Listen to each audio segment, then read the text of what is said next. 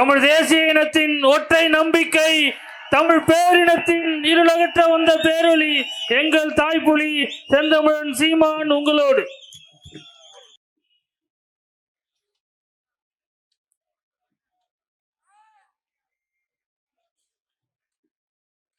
மீனவ மக்கள் வாழ்வுரிமை,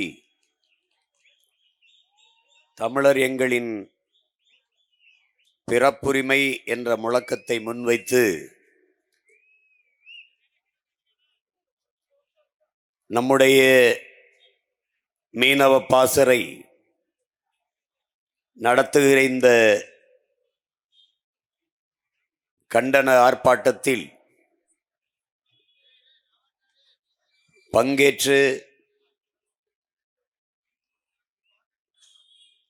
கண்டன உரை நிகழ்த்தி அமர்ந்திருக்கிற தலைவர் பெருமக்கள்,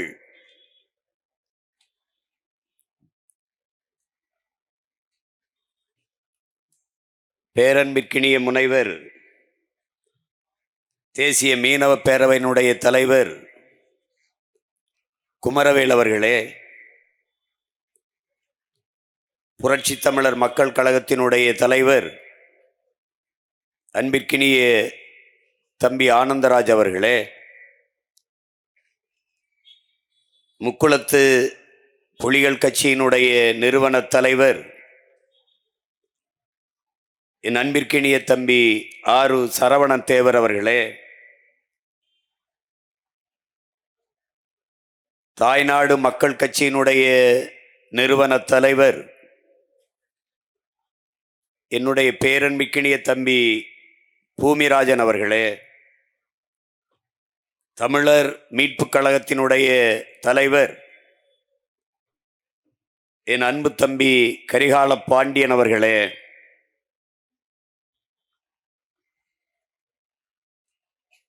முக்குளத்தோர் எழுச்சி இயக்கத்தினுடைய மாநில பொதுச் செயலாளர் என் அன்பிற்கினிய தம்பி கவிக்குமார் அவர்களே, தமிழ்நாடு நாடார் சங்கத்தினுடைய தலைவர் அன்பிற்கினிய தம்பி முத்து ரமேஷ் அவர்களே, மல்லர் சேனையினுடைய தலைவர் அன்பிற்கினிய தம்பி சோலை பழனிவேல் ராஜன் அவர்களே, தென்னிந்திய ஃபார்வர்ட் பிளாக் கட்சியினுடைய நிறுவன தலைவர்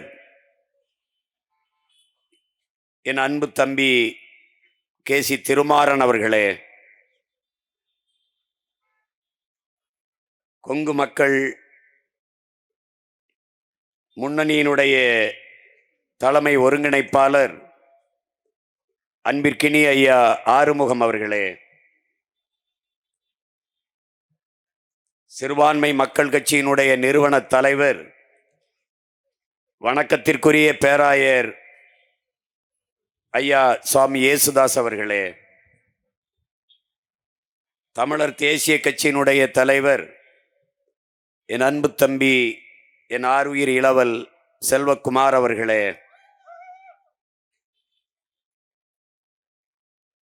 புரட்சி தமிழகம் பறையர் பேரவையினுடைய மாநில தலைவர் நம் அன்பிற்கினிய அண்ணன் ஏர்போர்ட் மூர்த்தி அவர்களே, இந்திய தேசிய லீக் கட்சியினுடைய தலைவர் மதிப்பிற்குரிய அண்ணன் தடா ரஹீம் அவர்களே,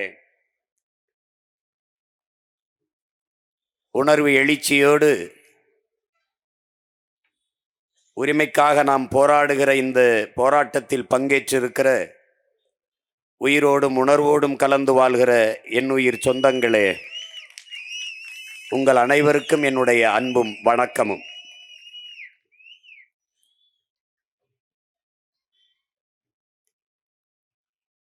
இங்கே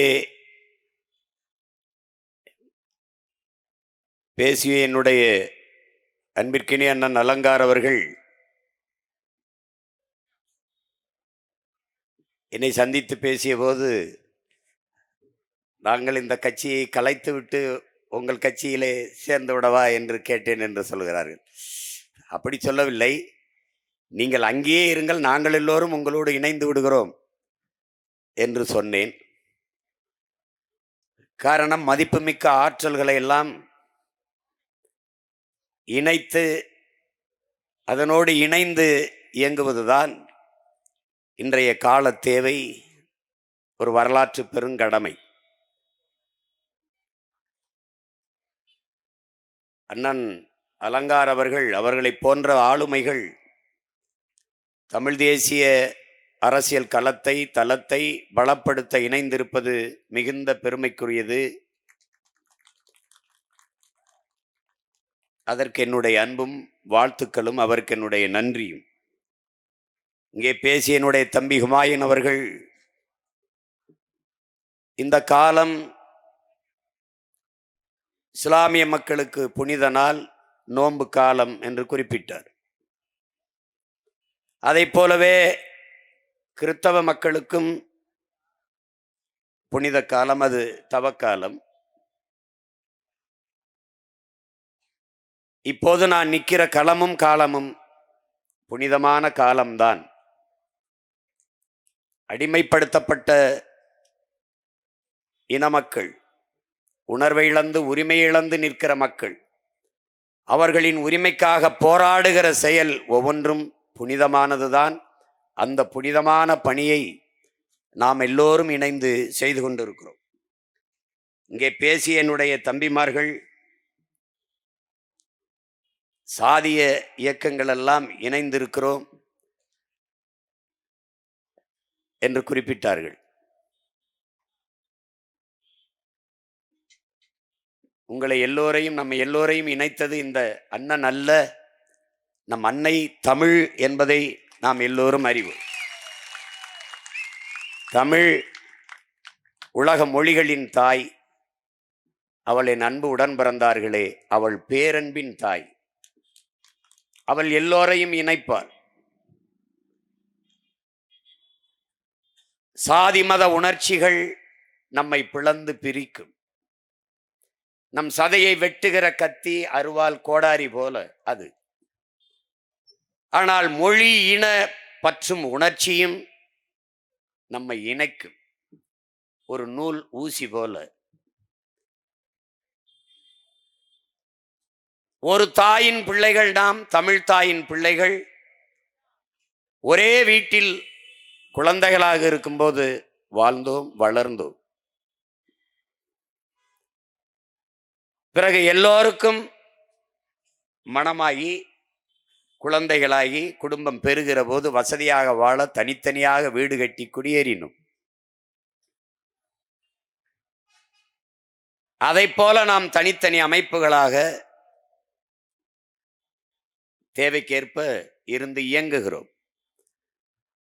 ஆனால் தாய் வீட்டிற்கு ஒன்றென்றால் நாம் எப்படி எல்லோரும் ஒன்று கூடுவோமோ, அப்படி தாய் நாட்டிற்கு ஒன்றென்றால் நாம் எல்லோரும் கூடுவோம் என்பதை இது உணர்த்துகிறது, உலகிற்கு எடுத்து காட்டுகிறது. நாங்கள் தனித்தனி இயக்கங்களாக இருக்கலாம், ஆனால் நோக்கம் ஒன்றுதான், தமிழ் தேசியனத்தின் உரிமை, விடுதலை, அதன் எதிர்கால பாதுகாப்பான நல்வாழ்வு. ஆதி தமிழ் குடிகள் பறையர்களின் அவர்களின் நில உரிமை, பஞ்சமர் நில மீட்பு, அதற்காக இந்த படை பேரணி நடத்தி பெருங்குரல் எழுப்பியது. பிறகு மீனவ சொந்தங்கள் அவர்களின் உரிமைக்காக இன்று களத்திலே ஒன்றிணைந்து நிற்கிறது. இதற்கெல்லாம் ஏன் போராட வேண்டும்? ஆதி தமிழ்குடி பறையருக்காக நிற்காமல், நாலாவது தாய்க்குடி மீனவ மக்களுக்காக நிற்காமல், ஒரு தமிழன் இருந்தால் அவன் பிறந்து பயனில்லை, அவன் பிறவி கடமை, அவனுடைய வரலாற்று பெரும்பணி இதற்காக களத்திலே நின்று போராடுவது. இது தமிழ் தேசியன மக்களின் பிறப்புரிமை என்பதை மனதில் கொண்டு களத்திலே நிற்கணும். குறிப்பாக எங்களிலும் இளைய என் தம்பி தங்கைகள் உள்ள சுவற்றில் ஆழமாக பதிவு செய்ய வேண்டும். நமது முன்னவர்கள் இங்கே படமாக பொறிக்கப்பட்டிருக்கிற பாண்டியாதிபதி தேர்மாறன், இங்கே இருக்கிற நம்முடைய பாட்டனார் தாத்தா சிங்காரவேலர், இங்கே இருக்கிற பாட்டன் பாண்டியாபதி தேர்மாறன். நமது முன்னவர்கள் இங்கே பேசிய நமது முன்னவர்கள் எல்லாம் நமது தம்பிகள் எல்லாம் குறிப்பிட்டார்கள். பெரும்புடுகு முத்தரையர் நமது பாட்டன் அப்படி அறியப்பட்டார். சுவரன் இளமாறன் என்கிறது அவருடைய பெயர். நமது முன்னவர்கள் எல்லோருமே பூலித்தேவன் மருது பாண்டியர், வீர பெரும்பாட்டி வேலு நாச்சியார், வீரன் அழகுமுத்துக்கோன், தீரன் சின்னமலை, பண்டார வன்னியன், வெள்ளையத்தேவன், சுந்தரலிங்கனார், எப்படி எண்ணற்ற வீர மறவர்கள் அவர்களுடைய மரபணுக்கள் இன்னும் மாறாமல் இந்த மண்ணிலே நாம் வாழ்ந்து கொண்டிருக்கிறது உண்மையானால், அவர்களுடைய வரலாற்றை வாசித்து நேசித்து சுவாசித்தது நாம் வாழ்வது உண்மையானால், அவர்கள் முன்வைத்த முழக்கம் ஒன்றுதான் என் உடன் பிறந்தார்களே, அடிமை வாழ்வினும் உரிமை சாவு மேலானது. உயிரை இழக்கலாம், உரிமையை இழக்கலாமா? உயிர் இழப்பு என்பது தனிப்பட்ட ஒருவனுக்கான இழப்பு. சீமானின் உயிர் இழப்பு என்பது தனிப்பட்டவனுக்கான இழப்பு, அவன் குடும்பத்திற்கான இழப்பு. ஆனால் உரிமை இழப்பு என்பது நாங்கள் பிறந்த பெருமை மிக்க தமிழர் என்கிற தேசிய இனத்திற்கான இழப்பு. அதனாலேயே மீனவர் வாழ் உரிமை என்பது தமிழ் தேசிய மக்களின் பிறப்புரிமை என்ற முழக்கத்தை முன்வைத்து களத்திலே நிற்கிறோம். அவரவர் வீட்டை அவரவர் பாதுகாப்பாக வைத்திருந்தால் நாட்டை பாதுகாக்க வேண்டிய அவசியம் இருக்கிறது. அப்படித்தான் தனித்தனியாக வீட்டை பாதுகாக்க இயக்கம் கண்ட என் உடன் பிறந்தார்கள். ஒரே நோக்கம், பொது நோக்கம், நாட்டை பாதுகாக்க ஒன்றாக நிற்கிறோம் நாங்கள் தமிழர்கள். இங்க பேசிய என்னுடைய தம்பி கூட சொன்னார், இந்த நாட்டை விட்டு இந்த நிலத்தை விட்டு நீ எங்கு சென்றாலும் நான் தேவர், நான் நாடார், நான் கோணர், நான் செட்டியார், நான் பிள்ளை, நான் முதலியார், நான் முத்தரையர், நான் வன்னியர், நான் கவுண்டர் என்று அறிமுகப்படுத்த முடியாது. உலக வரலாற்றிலே எங்குமே இந்த அடையாளங்கள் இருந்ததில்லை, எவனுக்கும் இருந்ததில்லை. நான் இஸ்லாமியன், நான் கிறிஸ்தவன், நான் இந்து என்று எவனும் தன்னை அறிமுகப்படுத்திக் கொள்வது இல்லை. இல்லை, நீ கேரளாவுக்கு செல், ஆந்திராவுக்கு செல், இந்திய நிலப்பரப்பில் எங்கு வேண்டுமானாலும் செல், இல்லை இந்த துணைக்கண்டம் கடந்து வேற எந்த நிலத்திற்கும் செல், நீ யார்? எங்கு சென்றாலும் நீ தமிழன். இதனால் தான் நம்முடைய தாத்தன் புரட்சி பாவலன் எங்கு பிறப்பினும் தமிழன் தமிழனே, இங்கு பிறப்பினும் அயலான் அயலானேங்கிறார். மற்றவர்களைப் போல இனமாறுகிற அடையாளம் தொலைக்கிற இனம் அல்ல இது. அருகில் இருக்கிற மாநிலத்தவன் இங்கு வந்தால் திராவிடனாக மாறுவான், பீகாரியன் வந்தால் இந்துவாக மாறுவான், மராட்டியன் இங்கு வந்தால் இந்துவாக இந்தியனாக மாறுவான். ஆனால் நீ எங்கு சென்றாலும் தமிழன். கர்நாடகாவில் இருந்தாலும் தமிழன், கனடா நாட்டில் வாழ்ந்தாலும் நீ தமிழன், ஆந்திராவில் வாழ்ந்தாலும் தமிழன், அமெரிக்கா, ஆப்பிரிக்காவில், ஆஸ்திரேலியாவில் வாழ்ந்தாலும் நீ தமிழன். இது உன்னுடைய மாண்பு. தாய் நிலத்தை இழந்து இன்னொரு தேசத்திற்கு இடம்பெயர்ந்து ஏதிலிகளாக நீ சென்றாலும் தமிழன் தான். அதுதான் உன் அடையாளம். மதம் மாறிக்கொள்ளக்கூடியது, மொழியும் இனமும் மாறிக்கொள்ள முடியாதது. இதை கவனத்தில் வச்சுக்கணும். நாம் தமிழர்கள். இது ஒரு கட்சியின் பெயர் அல்ல, நாங்கள் பிறந்த தமிழர் என்கிற தேசிய இனத்தின் அடையாளம். நாங்கள் தமிழர்கள். அந்த திமிரோட நாம நிற்க வேண்டும். வரலாற்றை படிக்காதவன் வரலாற்றை படைக்க முடியாது என்று அம்பேத்கர் கற்பிக்கிறார். வரலாற்றில் தெளிவு பெறாத எந்த இனமும் எழுச்சியுற முடியாது லெனின் சொல்கிறார். வரலாறு தான் எல்லா இனங்களுக்கும் வழிகாட்டும். நீ வாழ்ந்ததெங்கே வீழ்ந்ததெங்கே அதை வாசித்து உணராமல் நீ நிமிர முடியாது. நீ யார்? உலகத்திற்கு மானம், வீரம், அறம் எல்லாவற்றையும் கற்பித்த இனத்தின் மகன் நீ. மானத்திற்காக உயிரை விட்ட ஒரு இனத்தின் மகன் நீ. உன் சொந்த நிலத்தின் உரிமை இழந்து நிற்கிறாய். இந்த வங்காள விரிகுடா கடல் இன்னைக்கு தாண்டா வங்காள விரிகுடா. வரலாற்றின் குறிப்புகளில் சோழன் லேக்கடா, சோழனுடைய ஏரி. நம் மீனவ மக்கள், நம் சொந்தங்கள் படகு போட்டி படகு ஓட்டுவது போல நம்முடைய பாட்டன் அரசனுக்கு அரசன் அருள்மொழி சோழன் அவன் மகன் அரசேந்திரனும் கப்பல் ஓட்டி விளையாடினார்கள் என்பது வரலாறுடா. உலகத்திலே கப்பல் படை கண்ட பெருமகன் நம்முடைய பாட்டன் அரசேந்திரன். அவனுடைய பிள்ளைகள் அவன் கடற்பரப்பிலே கால் வைக்க முடியவில்லை என்பது எவ்வளவு பெரிய இழிவு, அவமானம். இங்கே பேசிய நம்முடைய தம்பி குறிப்பிட்டார்,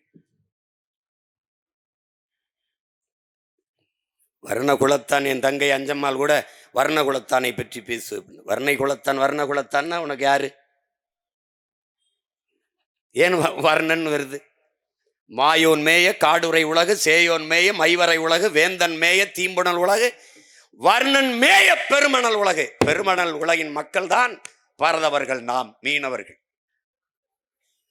பறந்து விரிந்த கடற்பரப்பிலே வாழ்ந்ததால் நாம் பரதவர்கள் என்று அழைக்கப்பட்டு, நில வேளாண்மை போல கடல் வேளாண்மை, மீன்பிடி தொழில், மீன்பிடிப்பது. உலக மக்கள் தொகையின் உணவிலே 33 விழுக்காட்டு உணவு தேவையை நிறைவு செய்வது மீன். 33 விழுக்காடு உணவை நிறைவு செய்கிற ஒன்று மீன். அதை பத்தி இவன் கவலைப்பட மாட்டான். அவனுக்கு வேளாண் குடிமக்கள் செத்தால் என்ன, மீனவன் செத்தால் அவனுக்கு என்ன? இந்த ரத்தம் ஓடுதா? இங்க உட்கார்ந்து இருக்கிற ரத்தம் அங்க ஓடுதா? அவன் எவன் செத்தா என்ன? அனைத்து கட்சி கூட்டம், எல்லா மாநில முதலமைச்சரையும் சந்திக்கிற கூட்டம், அந்த ஏற்பாடு கச்சத்தீவு மீட்புக்கு நடந்ததுண்டா? நீட்டு தேர்வு நீக்கத்திற்கு நடந்ததுண்டா? கல்வி மாநில உரிமை, மானுட உரிமை, அது எப்படி இந்திய நாட்டின் பொதுப்பட்டியலுக்கு போனது? எடுத்துக்கொண்டு போனது அம்மையார் இந்திரா காந்தி. கொடுக்கும் போது, எடுத்துக்கொண்டு போகும்போது வேடிக்கை பார்த்து கொண்டு இருந்தது ஐயா கருணாநிதி. 18 ஆண்டுகள் தொடர்ச்சியாக இந்திய அமைச்சரவையில் இருந்த கட்சி திமுக. இந்தியாவிலே எந்த மாநில கட்சியும் இவ்வளவு காலம் மத்திய அமைச்சரவையில் இருந்ததில்லை. அந்த கல்வியை மாநில பட்டியலுக்கு கொண்டு வர வேண்டும். அதனால்தான் அடித்தட்டு மக்கள், உழைக்கும் மக்கள், ஒடுக்கப்பட்ட மக்களின் பிள்ளைகள் மருத்துவம் படிப்பது கனவாகி போனது என்று எல்லா மாநில முதல்வரையும் சந்தித்து அந்த நீட், அந்த கொடுமையை ஒழிக்க வேண்டும். ஒன்றும் பேசல.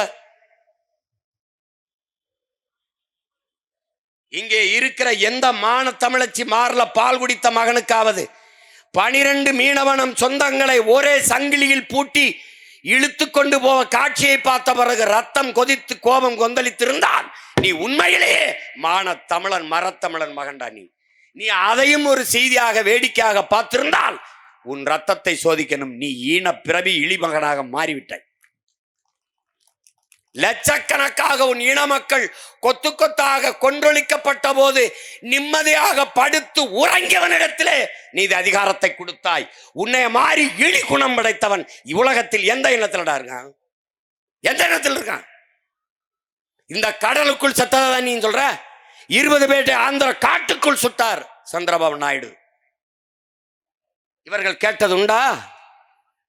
ஒரு மரக்கட்டைக்கு இருக்கிற மதிப்பு மனித உயிருக்கு இல்லையா, மான தமிழன் உயிருக்கு இல்லையா என்று குரல் எழுந்ததுண்டா? தமிழர்களை போல மாண்புமிக்கவன், ஜனநாயகவாதி உலக வரலாற்றில் எங்காவது உண்டா? காவிரியில் தண்ணி அடிப்பான், சொந்த நிலத்துக்குள் மூட்டை முடிச்ச கட்டி கொண்டு அகதியாக நடந்து வருவோம். எவனாவது இது இழி செயல், இது கொடுஞ்செயல், இறையாண்மைக்கு, தேச ஒருமைப்பாட்டுக்கு எதிராக வரும் எவனாவது பேசியது உண்டா? இல்லை. நாக்கை தொங்க போட்டு உன் வாக்குக்காக வீட்டிலே நிற்கிற இந்த காங்கிரஸ், பாரதிய ஜனதா, கம்யூனிஸ்ட், இந்த திராவிட கட்சிகளில் ஒருவன் பேசியது உண்டா? எப்படி அடிப்பாய்? நீ ஓட்டு போடுகிற போது உனக்கு பாதுகாப்புக்காக துணை ராணுவ படையை நிறுத்துகிற இந்த நாடு, உன் உரிமைக்காக நீ போராடுகிற போது அந்த மக்களை பாதுகாக்க ராணுவத்தை நிறுத்த வேண்டும், குறைந்தபட்சம் துணை ராணுவ படையாது நிறுத்த வேண்டும் என்று நிறுத்தியது உண்டா? இல்லை. ஆனால் உனக்கு தேசப்பற்று இருக்க வேண்டும். எப்படி இருக்கு? தவிச்ச வாய்க்கு தண்ணி வாங்கி தர முடியாத அரசின் மீது, நாட்டின் மீது, தேசத்தின் மீது உனக்கு எப்படி பற்று வரும்? எப்படி வரும்? எவ்வளவு பெரிய வேடிக்கை, எவ்வளவு பெரிய கொடுமை!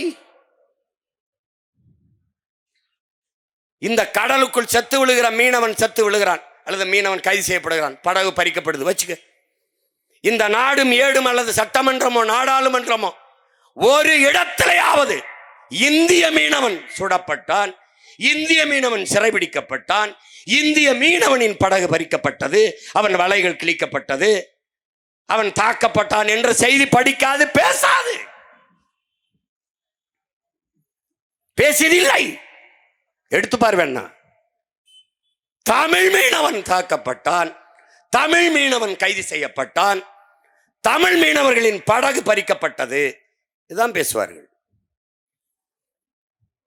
இந்த இடத்தில் தான் என் உடன் பிறந்தார்களே, இந்திய மீனவன் சிறைபிடிக்கப்பட்டான், இந்திய மீனவன் தாக்கப்பட்டான் என்றால் அங்கே இந்திய தேசியம் இருக்கிறது, உயிர்ப்போட இருக்கிறது. தமிழ் மீனவன் தாக்கப்பட்டான் என்றால் அங்கே இந்திய தேசியம் செத்து தமிழ் தேசியம் பிறக்கிறது. இதுதான் இந்த நாட்டில். இங்கே பேசிய என் தம்பிகள் கூட ஜெய்ஹிந்த் என்று சொல்கிறார்கள். அது காரணம் எங்களுடைய தாத்தா தெய்வ திருமகன் முத்துராமலிங்க தேவர் அவர்கள் தேசப்பற்றோடு அவர் தேசியமும் தெய்வீகமும் மென்னிரு கண்கள் என்று முழங்கியவர். ஒருவேளை இன்று எங்கள் தாத்தா தெய்வ திருமகன் முத்துராமலிங்க தேவரும் எங்கள் தாத்தா பெருந்தலைவர் காமராஜரும் இன்று இருந்தால் எங்களை முந்திக் கொண்டு தமிழ் தேசியம் பேசியிருப்பார்கள். நாங்கள் பேசுகிற அரசியலை விட 1000 மடங்கு தீவிரமாக பேசியிருப்பார்கள். ஏனென்றால் இந்த நாடு என் நாடு. வரலாற்று பூர்வமான விவாதத்திற்கு வா. இந்த நாட்டின் அரசியல் சாசனத்தை எழுதி கொடுத்த புரட்சியாளர் அண்ணல் அம்பேத்கர் உலகத்திலே ஆகச் சிறந்த கல்வியாளன். நான் சொல்லல, நான் சொன்னா கூட நீ நம்புறதுக்கு மறுப்ப. ஆஸ்திரேலியா நாடு என் உடன் பிறந்தார்களே, ஆஸ்திரேலியா நாட்டின் பிரதமர் உலகத்தின் தலை சிறந்த கல்வியாளன் சிலையை நாங்கள் திறக்கப் போகிறோம் என்று போனார்கள். காட்சி காட்டப்படுகிறது, எல்லோரும் ஆவலோடு எதிர்பார்க்கிறார்கள், யார் உலகத்தின் தலை சிறந்த கல்வியாளன். அங்கே சென்றார். ஒரு அறையிலே, ஒரு அரங்கிலே சிவப்பு துணி, வெல்வெட்டு துணி, பட்டு துணி போர்த்தி ஒரு சிலை மறைக்கப்பட்டிருக்கிறது. அந்த சிலையை அந்த நாட்டின் பிரதமர் அந்த துணியை நீக்கி திறந்தார். அந்த சிலை மார்பளவு புரட்சியாளர் அம்பேத்கருடைய சிலை. ஒரு மனிதன் தன் வாழ்நாளிலே 10,000 புத்தகங்கள் படித்திருக்க வேண்டும், 10,000 மைல்கள் பயணம் செய்திருக்க வேண்டும். சீன பொன்மொழி ஐயா இறையன்பு எழுதிய 10,000 மைல் பயணம் புத்தகத்திலே தலைப்பிலே எழுதியிருப்பார். 10,000 புத்தகம். உலகத்தில் 64,000 புத்தகங்களை படித்தவன் அண்ணல் அம்பேத்கர். படுக்கிற இடம் கூட படிக்கிற நூலகத்திற்கு பக்கத்தில் இருக்க வேண்டும் என்ற அறை எடுத்து தங்கி தங்கி படித்தவர். அவர் சொல்லுகிறார், இந்தியாவை இந்துக்கள் நாடு என்று சொல்வதை நான் ஏற்க மாட்டேன். இந்த நிலப்பரப்பு முழுதும் தமிழை தாய்மொழியாக கொண்ட நாகர்கள் தான் பரவி வாழ்ந்தார்கள். என்னுடைய மூதாதைகளின் மொழி கூட தமிழ்தான் எழுதியிருக்க. அப்ப என்ன உறுதியாகுது? பாரத நாடு பைந்தமிழர் நாடு, இந்திய நாடு என் நாடு. பேரன்பினாலும் பெருந்தன்மையினாலும் எங்கள் முன்னவர்கள் செய்த பிழையால் வான தமிழ் மக்கள் குறுகி குறுகி காலடியில் கிடக்கிறோம். இந்த காலடி நிலமும் களவாடப்படுகிறது என்பது அறிந்துதான் துணிந்து நிமிர்ந்து எழுந்து கிளர்ச்சி செய்கிறோம். இதுக்கு நடுங்கிறான் திராவிடன், நடுக்குறுகிறான், பயப்படுகிறான். ஒரு கூட்டம் போட்டால் கொடி கட்டாதே, பதாகை வைக்காதே, சுவரொட்டி போடாதே, அதை போடாதே, இதை போடாதே. பேரரசுகள் பேரரசுகள், முகலாய பேரரசு, பிரிட்டிஷ் பேரரசு, சேர சோழ பாண்டிய பேரரசு, விஜயநகர பேரரசு, மராட்டிய பேரரசு எல்லாம் வீழ்ந்திருக்கிறது பெருமக்களே. அற்ப திராவிட பதர்கள் நீங்கள். என்ன நீ சிங்கமும் புலியும் சேர்ந்து வேட்டையாடினால் திராவிட பண்ணி என்ன ஆகும் என்று ஒன்னும் செய்ய முடியாது, ஒன்னும் செய்ய முடியாது. இந்த வர்ணகுலத்தான் 16ஆம் நூற்றாண்டு, இப்ப இல்ல 16ஆம் நூற்றாண்டு, 1616 1616 ஒரு பெரும் வீரன், நம்முடைய மூதாதை, நம்முடைய பாட்டன், இன்னைக்கு இருக்கிற தஞ்சை நாகப்பட்டினம் பகுதியிலே வாழ்ந்த ஒரு பெரும் மறவன், மிகப்பெரிய தளபதி, கடற்படை தளபதி. போர்ச்சுகீசியர் இங்கே ஆளுகிற போது தமிழர் நிலப்பரப்பையும் கடல் தளத்தையும் தன் கட்டுப்பாட்டுக்குள் கொண்டு வர வேண்டும் என்றவன் முயற்சிக்கிற போது ஒற்றை வீரனாக எதிர்த்து போரிட்டு அதை தகர்த்தவன். போர்ச்சுகீசிய வரலாற்று ஆசிரியர்கள் தங்களுடைய வரலாற்றை குறிப்பிடுகிற போது பெரிய எதிரி என்று இந்த வர்ணகுலத்தானை அந்த மக்களால் செம்நாயக்கர் என்று அழைக்கப்பட்ட வர்ணகுலத்தானை பெரிய எதிரி என்று குறிப்பிட்டிருக்கிறார்.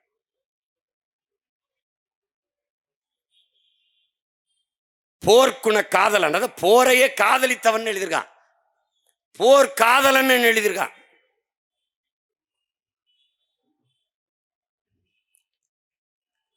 அப்படிப்பட்ட வீரன் வளைகுடாவின் சுறா என்று வர்ணிக்கப்பட்ட, வரலாற்றாசிரியர்களால் குறிக்கப்பட்ட, அதுவும் அவன்ல எந்த போர்ச்சுகீசிய காலனி ஆதிக்கத்தை எதிர்த்து போராடினாரோ அவன் தன் வரலாற்று குறிப்பில் எழுதியிருக்கான் வளைகுடாவின் சுறா என்று. அந்த வர்ணகுலத்தினுடைய வாரிசுகள் நாம். இந்த கிழக்கு கடற்கரை பகுதியும் யாழ்ப்பாணத்தையும் பெரும் தளபதியாக, வீரமக்க தளபதியாக நின்று காத்து நின்ற தளபதி என்பதால் அன்னைக்கு அந்த நம்முடைய ஈழத்தாயகத்தை நாண்ட, இலங்கை மண்ணை ஆண்ட நம்முடைய மூதாதை சங்கிலியான் யாழ்ப்பாணத்தை காக்கிற படை தளபதியாக அவரை நியமித்திருக்கிறார். கடலையே கட்டி காப்பாத்திய அந்த வர்ணகுலத்தானுடைய வாரிசுகள் கடல்ல கால் வைக்க முடியல. அந்த வர்ணகுலத்தானின் வாரிசான நம்முயிர் தலைவன் மேதகுவே பிரபாகரன் அவர்கள் இங்கே பேசிய நம் தம்பி குறிப்பிட்டதை பலமுறை நான் சொல்லியிருக்கிறேன். நான் இங்கிருந்து விண்ணூர்தியில் பயணம் செய்தேன். ஆனால் அங்கிருந்து மன்னார் கடற்பரப்பில் அரை மணி நேரத்திற்கு மேலாக கடல் பரப்பிலே தான் நான் பயணம் செய்தேன். அப்போது சுற்றி படகுகளிலே மீன்பிடித்துக் கொண்டிருந்த நமது சொந்தங்கள், நாங்கள் விடுதலை புலிகளின் படகுகளை போறதை பார்த்துவிட்டு கையசைத்தார்கள். கையசைத்தோம், எல்லாம் நம்மவர்கள் என்று. தலைவரோடு பேசிக் கொண்டிருக்கும் போது சொன்னால், நம்முடைய கட்டுப்பாட்டில் இருக்கிற கடற்பரப்பில் நம்முடைய மீனவ சொந்தங்கள் எவ்வளவு பாதுகாப்பாக மீன்பிடித்து திரும்புகிறார்கள் என்று நீங்கள் பாருங்கள் என்று. என் அன்பு தம்பி தங்கைகளே, என் அருமை உடன் பிறந்தார்களே, இன்னி ஒன்றும் நம்மளை செய்ய முடியாதவர்களால் தலைவர் 35 ஆண்டுகளாக தமிழீழ மண்ணிலே அந்த போராட்டத்தை, வீரஞ்செறிந்த அந்த விடுதலை போராட்டத்தை, தாய் மண்ணை மீட்க காக்க போராடி அந்த புரட்சிகர விடுதலை போராட்டத்தை தொடர்ச்சியாக உறுதியாக தளர்ச்சியின்றி செய்ய முடிந்தது என்றால் அதற்கு காரணம் கடற்பரப்பிலை வாழ்ந்த நம் மீனவ சொந்தங்கள் என்பதை என் அன்பு தம்பி தங்கிகள் மறந்துவிடக்கூடாது. கடைசி நேரத்தில் கையெறு நிலையில் நிறுத்தப்பட்டு ரகோத்தமன் என்கிற அந்த புலனாய்வுத்துறை அதிகாரி அவர்கள் இன்று மறைந்து விட்டார். அவர் தொலைக்காட்சி வாதத்திலே எல்டிடிக்கு, அவர் மொழி எல்டிடிக்கு போன அந்த ஆயுதம், எல்லா உதவிகளையும் கருணாநிதி அவர்கள் நிறுத்தி விட்டார்கள், லைஃப் லைனை துண்டித்து விட்டார்கள். இந்த வார்த்தையை பயன்படுத்தியிருந்தார். என்னிடத்திலே தலைவர் அம்மையார் ஜெயலலிதா அவர்கள் நம்மவர்களை பிடித்து பிடித்து சிறையில் போட்டாலும் கடற்கரையில் என்னை கண்டுகொள்ளவில்லை. 5 ஆண்டுகள் அவர் ஆட்சியில் எனக்கு வர வேண்டியதெல்லாம் தடையின்றி வந்து கொண்டிருந்தது. என்ன வந்தது? மருந்து, மாத்திரை, இரத்த பொட்டலங்கள், அரிசி, பருப்பு, எண்ணெய், பெட்ரோல், டீசல், மண்ணெண்ணெய், இது போன்றது. ஆனால் இவர் நம்மவர், தமிழின தலைவர் என்கிறார்களே, இவர் வந்துவிட்டால் என்றால் கடற்கரையை சுத்தமாக இறுக்கி மூடிவிட்டார். எந்த அத்தியாவசிய பொருளும் உள்நுழையவில்லை, கொண்டு வர முடியவில்லை. அதனால் நீங்கள் பேசி பாருங்கள், கடற்கரையில் ஏதாவது ஒரு ஓரத்தை தளர்த்தி விட சொல்லி என்றார். வந்தேன், அந்த செய்தியை சொல்வதற்கு பலமுறை முயன்றேன். அவர் தவிர்த்தார். தொடர்ச்சியாக இடைவெளி. நம் இனம் மொத்தமும் செத்தது. ஒரு சகித்தார்கள். நம் இனத்தின் பிணத்தின் மீது நாற்காலியை போட்டு பதவி அனுபவித்தார்கள். 1.5 ஆண்டு காலம் தொடர்ச்சியாக சிறைக்குள் தனி சிறை. நானும் புத்தகங்களும் மட்டும்தான். இருளில் புத்தகங்களை இந்த குறைந்த வெளிச்சத்தில் படித்து கொண்டிருக்கும் போது ஒரு முடிவெடுத்தேன். உங்கள் மகன் இவர்களை ஒழித்தாலே ஒழிய நம் இனத்திற்கு விடுதலை இல்லை. இவன் ஒப்புக்கு அழுவான், உளமாற அழமாட்டான். இவன் நம்மை ஆள வேண்டும் என்று துடிப்பான், நம்ம வாழ வேண்டும் என்று நினைக்க மாட்டான். இவன் நம் மரணத்தை ரசிப்பான், ரத்தத்தை ருசிப்பான். நம் அக்காதங்கை தாலி அறுத்து நாம் அழுதால் நம் ஓலமும் ஒப்பாரியும் அவனுக்கு இசை போல இனிக்கும். ஏன்? அவன் திராவிடன். நமக்கு வலிக்கும். ஏன்? நாம் தமிழர்கள். நிலம் வேறு, தொழில் வேறு, ஆனால் மொழியும் இனமும் ஒன்று, ரத்தமும் சதையும் ஒன்று. அதனையும் புரிஞ்சுக்கணும். அவன் தொழிலால் மீனவன், நான் தொழிலான் வேளாளன், நான் செய்கிற தொழிலால் குயவன், நான் தொழிலால் வண்ணான், நான் தொழிலால் மருத்துவன், நான் தொழிலால் தச்சன். ஆனால் மொழியால் இனத்தால் நாங்கள் தமிழர்கள். ஒத்ததறிவார் உயிர் வாழ்வார், மற்றெல்லாம் செத்தாரில் வைக்கப்படுங்கிறான் வள்ளுவ பெருமகனார் தந்தர்லிய மறைமொழியிலே. பல ஆயிரம் ஆண்டுகளுக்கு முன்பு நமது பாட்டனார் பாடி வைத்திருக்கால் என்னது? ஒத்தது அறிவான். என்ன அறிவான்? வண்ணான் இருக்கணும், குயவன் இருக்கணும், நாவிதன் இருக்கணும், நல்லா கொஞ்சிக்கணும், மீனவன் இருக்கணும், வேளாண்குடி இருக்கணும். எல்லோரும் இருந்தால்தான் சமூகம் வாழ முடியும். ஒருவன் தயவு உதவி இல்லாமல் வாழ முடியாது. இதை எப்படி சொல்றான்? இதை உணர்ந்தவன் ஒத்தது அறிவான் உயிர் வாழ்வான், மற்றெல்லாம் செத்தாரில் வைக்கப்படுவான். செத்து போன பிணம்டான்ட்டான். இப்ப ஏன் நாங்கெல்லாம் கூடியிருக்கோம்? அந்த குரலுக்கு பொருள் தெரியும். ஒத்தது அறிந்தோம், வாழ்க்கைக்காக கூடியிருக்கோம். அங்க வந்து பறையரினுடைய பஞ்சமி நல மீட்புக்கு போறான்னாங்க. பறையரெல்லாம் எங்கள் கூட நிற்பாருங்கிறது இல்லை. மீனவ மக்களின் உரிமைக்காக போராடுகிறார்கள். மீனவர்கள் எங்கள் கூட நிற்பார்கள் என்பதற்காக அல்ல. நாங்கள் மீனவர்களோட நிற்கிறோம், பறையர் பெருங்குடிகளோட நிற்கிறோம், மீனவ சொந்தங்களோட நிற்கிறோம் என்பதை காட்டுவதற்காக உங்கள் பிள்ளைகள் நாங்கள் நிற்கிறோம். ஓட்டுக்காக அல்ல, நாங்கள் பிறந்த நாட்டுக்காக நிற்கிறோம். அவ்வளவுதான். குறையை கேட்கிற இடத்தில் இல்லாமல் குறையை தீர்க்கிற இடத்தில் வைக்கமா வேணாமா என்பது முடிவெடுக்க வேண்டியது என் மக்கள்.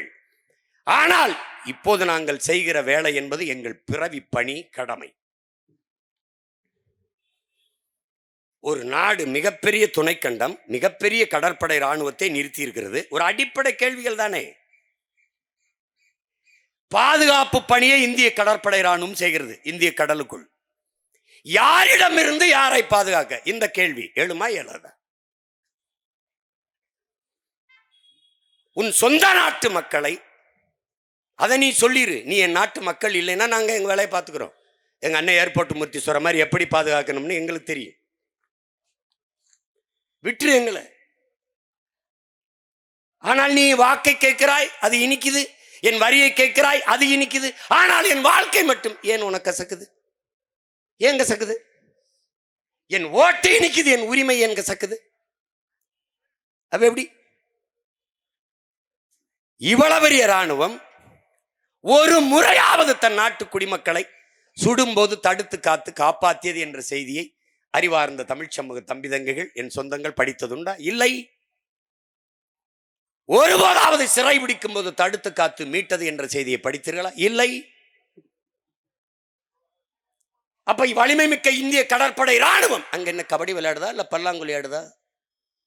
யாரிடமிருந்து யாரை பாதுகாக்க பாதுகாப்பு பணியை செய்கிறது? ஒரு சின்ன நாடு ஒரே ஒரு முறை என் மீனவனை தொட்டா என்றால் பொருளாதார தடை, உன்னோட வர்த்தகம், தொழில், இராணுவம் எந்த ஒப்பந்தமும் கிடையாது சொன்னால் தொடுவானா? தொடமாட்டான். ஏன் இவன் சொல்ல மாட்டான்? சாவவன் தமிழன், சகித்துக் கொள்வான். ஏனால் இந்தியர்கள் திராவிடர்களுக்கு தமிழும் தமிழர்களும் பகைவர்கள். எந்த இடத்தில் உன் உரிமைக்காக உன் உணர்வை மதித்து உன் உயிரை மதித்து நின்றிருக்கிறான் சொல்லு. காவிரி காங்கிரஸ் திமுக இல்ல காங்கிரஸ் பிஜேபி இல்ல கம்யூனிஸ்ட் நிலைப்பாடு. முல்லை பெரியாற்று உரிமை காங்கிரஸ் கம்யூனிஸ்ட் பாரதிய ஜனதா இந்த கட்சிகளின் நிலைப்பாடு ஒன்னும் இல்லை. கச்சத்தீவு மீட்பு கொடுத்தது தான். தம்பி கூட பேசலாம், அதேதான் சொல்லும். யாருடைய சொத்து? உங்க அப்பன் சொத்தா உங்க ஒத்தா சொத்தா? இது என் தாத்தா சொத்து. சேதுபதி மன்னனுடைய என்னுடைய பரம்பரை நிலம். தம்பி துரைமுருகன் சொன்ன மாதிரி இந்தியாவை நீ துண்டாட விரும்புகிறாய். நாங்கள் இந்திய நிலப்பரப்பை பெருசாக்க ஒரு முறை எடுத்து என் தாய் நிலத்தோடு சேருங்கிறோம். என்னைய பிரிவினைவாதிங்கிற, நீ கொடுத்தது அஞ்சு நீ தேசியவாதிங்கிற. நேடாது என்னது? இப்போ ஒருவேளை எங்க கிட்ட அதிகாரம் வந்துடுச்சு, இந்த கச்சத்தீவை பிரிச்சு எடு கிரிச்சு. நீ கச்சத்தீவை நான் கேட்கல, அவன் விட்டுட்டு போயிடுவான். அவனுக்கு தெரியும். இலங்கை கடற்படைக்குள்ள சீன இருக்கான், நம் மீனவர்களை தாக்குறான். செய்தி பார்த்துக்க, பத்திரிகையில் இருக்கு, நீங்க இன்னும் கூட இருக்கு, படிச்சுக்கலாம். அடிக்கிறான், சிங்கள இராணுவ வீரன் அடிக்கிறான். அடிக்கும்போது இந்த சீனன் அடிக்கிறான். அடிக்கும்போது எப்படி அடிக்கிறான் நம்ம மீனவர்கள் சொந்தங்களை? they are all bloody Indians, fool Tamilians அடிக்கிறான். எப்படி அடிக்கிறான்? bloody Indians, fool தமிழியன்ஸ் அடிக்கிறான் அந்த சீன. இந்த வேர்காம் பாருங்க, இந்த சிங்களன். No no no no, they are all Prabhakaran relations. அப்படியே அந்த உரையாடல புத்தகத்தில் எழுதியிருக்கான். இதுல இருந்து நீ சொன்னாலும் சொல்லனாலும் அவனுடைய ரிலேஷன்ஸ் தான் நீ. உலகம் அப்படிதான் உன்னை பார்க்கும். இப்போ நம்ம பல தடவை கேட்டோம், இவன் செய்ய மாட்டான், நல்லா தெரிஞ்சுக்கணும். இவன் கேட்க மாட்டான், பேச மாட்டான். ஏன்னா இந்த பாரு, இங்க இருக்கிற பிரச்சனை தங்கச்சி அஞ்சம்மாள் சொன்ன மாதிரி, இது மீனவன் பிரச்சனை, அது மாணவன் பிரச்சனை, அது விவசாயி பிரச்சனை, இது போக்குவரத்து தொழிலாளர் பிரச்சனை. இங்க இதுதான்டா பிரச்சனை. இந்த மீனவனுக்கு அவனே போறான்னு, முத்தரையருக்கு ஒரு பிரச்சனையா, என் தம்பி செல்வகுமார் தான் போறான்னு, தேவேந்தருக்கு ஒரு பிரச்சனையா, அது இந்த தேவேந்தர் சமூகம் தான் போறான்னு, பறையருக்கு ஒன்னா பறையரே போறான்னு. எப்படா உன் உரிமையை மீட்ப?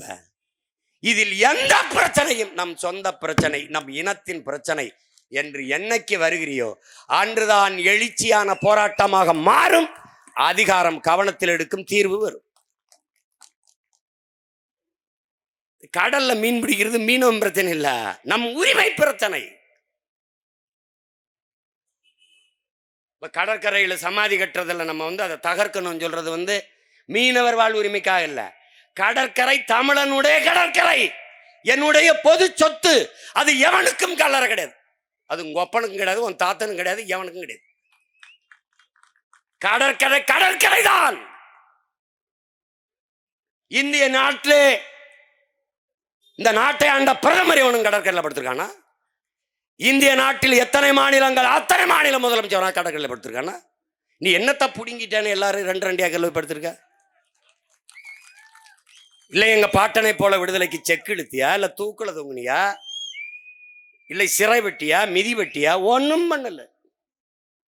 அப்ப அது கடக்கும் போது நமக்கு ஒரு வெறி வரும் பாரு. எங்களையெல்லாம் தூக்கி சுடுகாட்டில் போட்டு நாட்டே சுடாதாக்கிட்டு நீ மல்லாந்து குழு குழுன்னு கடற்கரையில் படுத்துக்கிட்டு சேட்டை தானே இது. நாமெல்லாம் பேராசைப்பட்டு எல்லை தாண்டி போனோம். நீ என்ன பட்டு அங்கே படுத்திருக்கிற? என்னது? ஒருத்தன் கேட்க மாட்டான். ஒருத்தன் கேட்க மாட்டான். எல்லை தாண்டி மீனவன், கேரள மீனவன் வந்துறான், ஏன் அவனை நீ கைது பண்ண மாட்ட, ஏன் சுட மாட்ட? ஏன்னா அவனுக்கு பெத்தவன் அப்பன், எனக்கு மத்தவன் அப்பன், தொடா பாப்பம்ங்கிறான். இங்க பேசிய என் தங்கை அனீஸ், என் தம்பி இமா எல்லாம் பேசினாங்க. இத்தாலி கடற்படைங்க, கேரள மீனவன் 2 பேர் படகுல போற போது எச்சரிக்கிறாங்க. அவன் கடற்படை எச்சரிக்கிறான், கிட்ட வர்றான், வேற எது எதிரி படையோ உளவுப்படை தெரியல, சுட்டுறாங்க, சந்தேகத்துல சுட்டுறான். 2 மீனவன் செத்துறா. உடனடியா அந்த அரசு தண்டம் விதிக்குது. தண்டம் விதிச்சு 2 கோடி அவன்கிட்ட வாங்கி ஒவ்வொரு குடும்பத்துக்கும் ஒவ்வொரு கோடி கொடுத்துருது. ஆனால் 850 மீனவன் செத்துருக்கான். ஒத்த பொட்டு 1 ரூபா காசு நெத்தியில பொட்டு காசு தரல. எப்படி இருக்கு? மீனவன் பிடித்து வந்த மீனுக்கு இருக்கிற மதிப்பு மீனவன் உயிருக்கு இல்லை. இங்க அதான் பிரச்சனை. அது சிறை பிடித்துறாங்க அந்த இத்தாலி கடற்படை வீரர்களை. இந்திய நாடாளுமன்றத்தில் விவாதிக்கிறாங்க. நல்லா கொஞ்சிக்கணும். என்ன சொல்றாங்க? இந்த குற்றத்திற்கு, மீனவர்களை சுட்டுக் கொன்ற இத்தாலி கடற்படை வீரர்களுக்கு அதிகபட்ச தண்டனையாக மரண தண்டனை கொடுக்கலாம்ங்கிறாங்க. இருக்கு செய்தி, நானா சும்மா சொல்ல. எவ்வளவு தூரம் போறான் பாருங்க. ஏன்னா அங்க ஆள் இருக்கான், அவனுக்கு அப்ப இருக்கான், அவ்வளவு தூரம் வேலை நடக்குது. ஏன் அந்த அரசு, காங்கிரஸ் அரசு அவ்வளவு துடிக்குது? காங்கிரஸ் ஆளுகிற உயரத்தில் அங்க இருக்குது. அதை இழந்து விடக்கூடாது என்று அந்த மக்களின் உரிமைக்கு நிக்குது. இந்த கர்நாடகாவில் காவிரி நதிநீர் உரிமை நம்ம கேட்கும் போது வாய் திறக்காத இந்த கட்சிகள் ஆள்வது திருப்பி திருப்பி பாரதிய ஜனதா காங்கிரஸ் தான். ஏன் இங்க இருக்கிறது பேச மாட்டேது? பேசினால் அங்க காங்கிரஸ் பாரதிய ஜனதா, பாரதிய ஜனதா பேசினால் காங்கிரஸ் வெல்லும், இங்கே காங்கிரஸ் பேசினால் பாரதிய ஜனதா வெல்லும். அந்த மாநிலத்தை ஆளுகிற உரிமைக்காக ஒரு தமிழ் தேசிய மக்களின் உரிமையை இழக்கிறது இந்த கட்சிகள் பறிகொடுக்க தயாராக இருக்கிறது. ஆனால் மான உணர்வு, இன உணர்வு இல்லாத நாம் அதை மறந்து விட்டு திருப்பி திருப்பி அவனுக்கு வாக்கை செலுத்தி வலிமையை கொடுத்து கொண்டே இருக்கிறோம். என் உரிமைக்கு நிற்காத உனக்கு ஒரு வாக்கு இல்லை, ஒரு ஓட்டு கூட இல்லை என்ற நிலையை நாம் உருவாக்கினால் அவன் நடுங்குவான், பயப்படுவான். ஆனால் அது இல்லை, அவன் திமிரா அலைகிறான். அப்ப இஸ்ரேலில் தேர்தல் நடக்கிறது. இஸ்ரேலிய பிரதமர் பேசி இந்த ராணுவ வீரர்களை அங்கே வாக்கு செலுத்துவதற்காக அனுப்ப சொல்கிறார்கள். இவர்கள் சிறை விடுப்பு விட்டு அங்கே அனுப்புகிறார்கள். அப்ப மன்மோகன் சிங் பிரதமர். அங்கே போனவர்கள் திரும்பி வரவில்லை, அனுப்ப முடியாது என்கிறது. இந்த நாட்டின் பாராளுமன்ற அவையிலே பிரதமர் மன்மோகன் திருப்பி அனுப்பவில்லை என்றால் மிகப்பெரிய பின்விளைவை சந்திப்பீர்கள் என்று எச்சரிக்கிறார். எப்படி பாருங்க, 2 மீனவனை சுட்டதுக்கு எவ்வளவு வேலை நடக்குது. 850 மீனவனை சுட்டிருக்கான். என்ன நடந்திருக்குன்னு பாரு. எங்க அண்ணன் ஏர்போர்ட் மூர்த்தி பேசின மாதிரி, நீ காங்கிரஸ் மீனவர் சங்கம், பாரதிய ஜனதா மீனவர் சங்கம், அதிமுக மீனவர் சங்கம், திமுக மீனவர் சங்கம், அவன் வெட்டி போடுறான் 2 அங்கம். இப்படித்தான், வேற ஒன்றும் கிடையாது. வேற என்ன நடக்குது? என்ன நடக்குது? ஏன் தமிழின மக்கள், இத்தனை கோடி மக்கள் இருந்தும் இவர்களுக்கு அதிகாரம் வரவில்லை என்றால், சாதி மதங்களாக பிளந்து பிரிந்து நிற்பதால் ஓர்மை இல்லை. ஓர்மை இல்லாதால் அரசியல் வலிமை இல்லை. அரசியல் வலிமை இல்லாதால் அதிகார வலிமை இல்லை. இவ்வளவுதான். இதைத்தான் நம்முடைய ஐயா காப்பா அரவாணன் தன்னின பகை என்கிறார். தேவேந்திரரை நிறுத்தினால் தேவர் போட மாட்டார், நாடாரை நிறுத்தினால் கோனார் போட மாட்டார், பறையரை நிறுத்தினால் படையாச்சி வாக்கு போட மாட்டார். இப்ப எப்படி தமிழ் தேசிய மக்களுக்கு, தமிழின மக்களுக்கு அதிகாரம் வரும், அரசியல் வலிமை வரும்? ஆனால் கருணாநிதி பேரனுக்கும் பேத்திக்கும் ஓட்டு போட்டு விடுவார். ஏன்? இதுதான் இங்க இருக்கிற கொடுமை. ஒரு கவுண்டர் நாட்டாண்டால் அந்த சாதி ஆதிக்கம் பெறும் என்று மற்றவன் நினைக்கிறான். ஆனால் ஜெயலலிதாவோ கருணாநிதியோ எம்ஜிஆரோ அல்லது ஐயா ஸ்டாலினோ ஆண்டால் தேவரும் கை கட்டுகிறான், கவுண்டனும் கை கட்டுகிறான், நாடாரும் கை கட்டுறான், வன்னியனும் கை கட்டுறான், நாமும் கட்டி விடுவோம், போட்டுறான். அதனால மொத்த வீட்டுக்காரனே ஆண்டுட்டு போயிடுறான். இதை யதார்த்தத்தை புரிஞ்சுக்கணும்.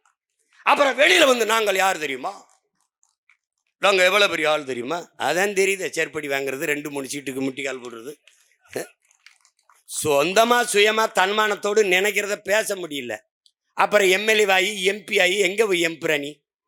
எதுக்கு என்ன எம்புரணி? தொடர்ச்சியாக மீனவ மக்கள் பட்டினி போராட்டம். இந்த படம் நான் என் தம்பி ரவிகிட்ட சொல்லி, சரி பட்டினி எடுத்து போராட்டம் கவனிச்சிட்டாரா? உடனே மாவட்ட ஆட்சியர் வந்து பார்த்துட்டாரா? இல்லை மீன்வளத்துறை அமைச்சர் வந்து பார்த்துட்டாரா? என்ன பிரச்சனை நாங்கள் பார்க்குறோம்னு சொல்லிட்டாரா? முறையிட்டாரா? கடிதம். நீ முதலமைச்சரை தேர்ந்தெடுத்திருக்கோம்னு நினச்சிட்டு தெரிஞ்சினா நாம் பொறுப்பா? நீ போஸ்ட் மாஸ்டர் தேர்வு பண்ணியிருக்க. நீ உனக்கான தலைவனை தேர்ந்தெடுத்துக்க நினைச்சா நீ சாராய ஆலை முதலாளியை தேர்வு பண்ணியிருக்க. அவருக்கு நீ படிக்கிறதை பத்தி கவலை இல்லை, நீ குடிச்சியா இல்லையாங்கிறத உங்க அப்பா கவலைப்படுவார். என் புள்ள படிக்குதா இல்லையாங்கிற கவலை. இன்னைக்கு அவன் குடிச்சானா இல்லையா? டேய், குடிச்சா நீ தள்ளாடுவாய், நீ குடிக்கவில்லை என்றால் உன் அரசாங்கம் தள்ளாடி விடும். உலகத்துல இப்படி பாரு, பொது மனிதனா ஒரு நாட்டின் குடிகளை குடிக்க வச்சு அதில் இருந்து வருகிற வருமானத்தை வச்சு வளர்ச்சி நல்லாட்சின்னு பேசினான்னா இவனை மாறி ஒரு கேவலப்பட்டவர்கள் ஐயோக்கிற நீ உலக வரலாற்று எங்கே பார்த்திருக்கியாடா? எங்கே பார்த்திருக்கியா சொல்லு? இவ்வளவு மக்கள் தொகை இல்லை, இவ்வளவு வருவாய் பெருக்கம் இல்லை, ஒண்ணுமே இல்லாத காலத்தில் பல அணைகளை கட்டி பல சாலைகளை போட்டு பல தொழிற்சாலைகளை கொண்டு வந்து 14,000 பள்ளிக்கூடங்களை கட்டி படிக்க வைத்தான் ஒரு தலைவன், நம்முடைய தாத்தா காமராஜ். மின் கட்டணம் உயர்வு, சொத்து வரி உயர்வு, 9 லட்சம் கோடி கடன், பெட்ரோல் டீசல் விலை உயர்வு, அரிசி பருப்பு விலை உயர்வு, எல்லாம் போக வரி வரி எல்லாம் எடுத்துக்கொண்டு சாராயம் வித்த அந்த காசுல அரசு நடத்த வேண்டியது இருக்குன்னா எதை பத்தி கவலைப்படுவோம்? மிக கொடுமையான ஒரு காலகட்டத்தில் நாம் மாத்திக்கிட்டோம். இதுவரை இந்த நாட்டை ஆண்டதிலேயே மிக மிக மோசமான முதல்வர் ஐயா ஸ்டாலின் அவர்கள் தான். உண்மையிலே அவருக்கு என்ன நடக்குன்னு தெரியல. இப்ப கள்ளச்சாராயம் குடிச்சு செத்தா அந்த அரசு பொறுப்பேற்கணும், அந்த துறை சார்ந்த அங்கிருந்த சட்டமன்ற உறுப்பினர் நீக்கணும், பாராளுமன்ற உறுப்பினர் நீக்கணும், அப்படி சொல்ல இல்ல. உடனே மாவட்ட ஆட்சியர் பணியிட நீக்கம் அப்படி தூக்கிடுவார், பணியை மாற்றி விட்டுருவார். பணியிட நீக்கம்ல பணி மாற்றம், உயர் காவல்துறை எஸ்பி மாவட்ட எஸ்பி பணியிட மாற்றம். ஏன்னா அவன் தானே காட்சி வித்தது, ஊழல் போட்டது அவன் தானே. இப்ப இங்க தம்பி கூட சொன்னாரு பாருங்க, அங்க கள்ளச்சாராயம் காய்ச்சின இடத்துல படிக்கிற பிள்ளை 2 பிள்ளைய போய் இதை தடுத்துட்டாங்கிறதுக்காக வெட்டி கொண்டுட்டான். அதுக்கு என்ன நடவடிக்கை? அங்க இருக்க மாவட்ட ஆட்சியர் பணிமாற்றம், உயர் காவல்துறை அதிகாரி பணிமாற்றம். அரசு பொறுப்பு இல்லை, அதுக்கு தெரியாது. இப்ப அவர்கிட்ட கேளுங்க, 1000 கோடியா என்ன கேட்டாங்க பத்திரிகையில். 1000 கோடி இருக்காது, கூடத்தான் இருக்கும். இப்போ எங்கள் அண்ணன் ஏர்போர்ட் மூர்த்தி கணக்கு சொன்னார் பாருங்க, அவர் சொல்ற கணக்கு படித்தா 14,000 கோடி 15,000 கோடி வருது 10 ரூபா கேஸுக்கு, 10 ரூபா கணக்குக்கு. இந்த ஒரு இடத்துல தாண்டா தமிழ்நாட்டில் என் உடன் பிறந்தானே உற்பத்தி செய்கிறவனும் விற்பனை செய்கிறவனும் ஒரே முதலாளி இருப்பது டாஸ்மார்க்ல மட்டும்தான். அவனே காய்ச்சறான், அவனே உற்பத்தி செய்யறான், அவனே விற்கிறான். இந்த ஒரு இடத்துல தான்.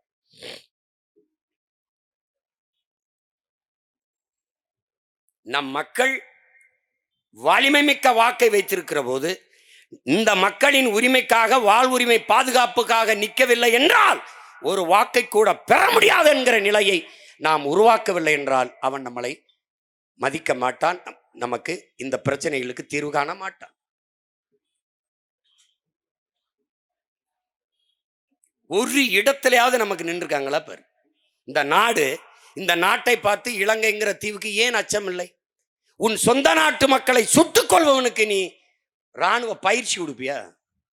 உன் நாட்டு குடிகளினுடைய படகை பறித்து ஏலம் விடுவனுக்கு போர்க்கப்பல் பரிசு கொடுப்பியா? எந்த நாடாவது கொடுக்குமா? அதை வேடிக்கை பார்த்து கொண்டு அரசு இருக்குமா? இந்த மாநிலம் இந்த மக்களுக்கென்று இருக்கிற அரசு இருக்குமா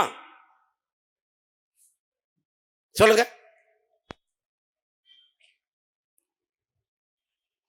நம் தலைவன் அந்த நிலத்தில் படையோடு நிற்கிற வரை ஒரு மீனவனையும் தொட முடியவில்லை.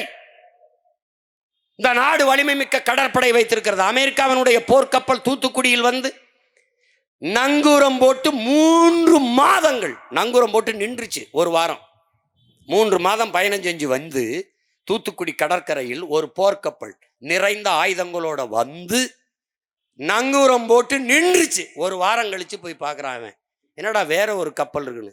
என்ன நீ புடுங்கண்ணா, நீ ஒரு ரேடார் வச்சு என்ன கண்காணிச்சா? வலிமை மிக்க கடற்படை வச்சு பாதுகாப்பு பணி என்ன செஞ்ச? அவன் என்ன பண்ண, நீ எந்த கொம்பனிடுறா, நான் வந்து நிக்கிறேன் பாறான்னு உள்ள வந்து நங்குரம் போட்டு நின்ட்டான். கப்பல் நிறைய ஆயுதம்.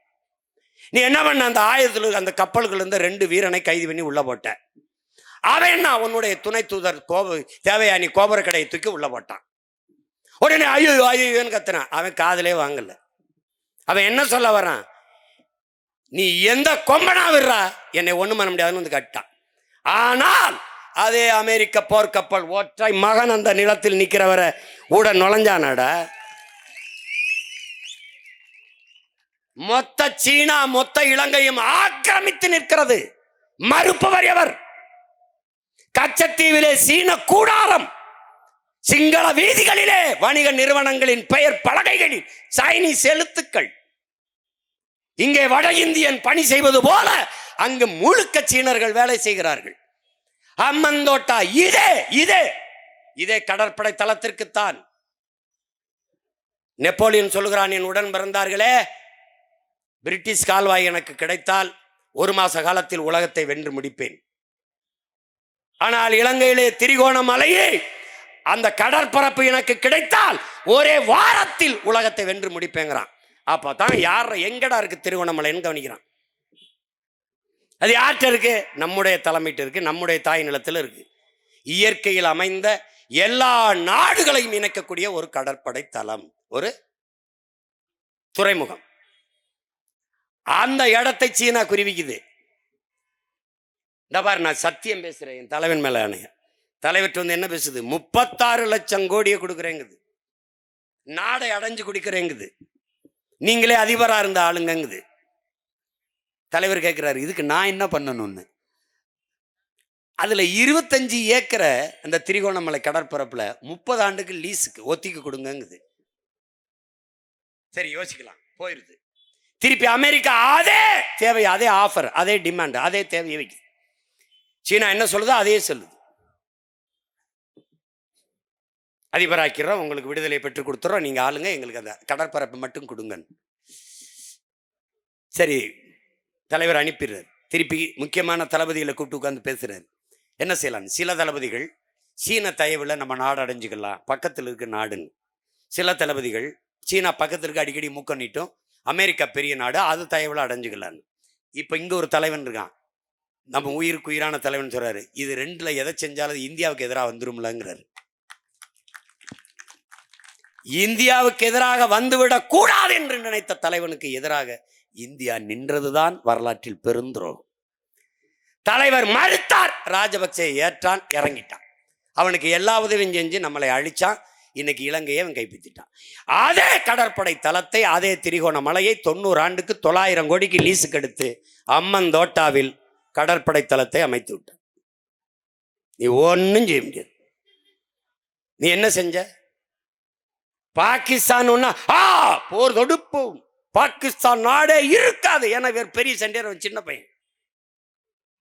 ஒரு வல்லாதிக்கத்தின் அழகு எளியோனோட மோதுவதில்லை. உலகத்திலே கொடுமையான வன்முறை, ஒருவனை அடித்தால் திருப்பி அவன் அடிக்க மாட்டானா, அவனை அடிப்பதுதான். ஆனா அப்படி அடிப்பான். பாகிஸ்தான் அப்படின்பா. அமெரிக்கான்னா பேசி தீர்த்துக்கிடுவோம், சீனான்னா பேசிக்கிடுவோம். அருணாச்சல பிரதேசத்தை என்னுடைய மாநிலம் என்கிறான். தொட்டு பாரா, சொல்ல பாப்போம். அந்த மாநிலத்தின் நடுப்பகுதியில் நின்று நாட்டின் பிரதம அமைச்சரை பேச சொல்லிடுறா பாக்குறேன். சொல்லு பாப்போம், பேச சொல்லு. 41 கிராமங்களை எல்லாம் அவன் ஆக்கிரமிச்சா, அவன் பேரை வச்சுட்டான், சீனா பேருகளை. கொஞ்சம் கொஞ்சமா 100 கிலோமீட்டர் 200 கிலோமீட்டர்கள் அவன் கொஞ்சம் கொஞ்சமா அந்த எல்லை வேலிகளை நகர்த்தி கொண்டே வரான். கேட்க யார் இருக்கா?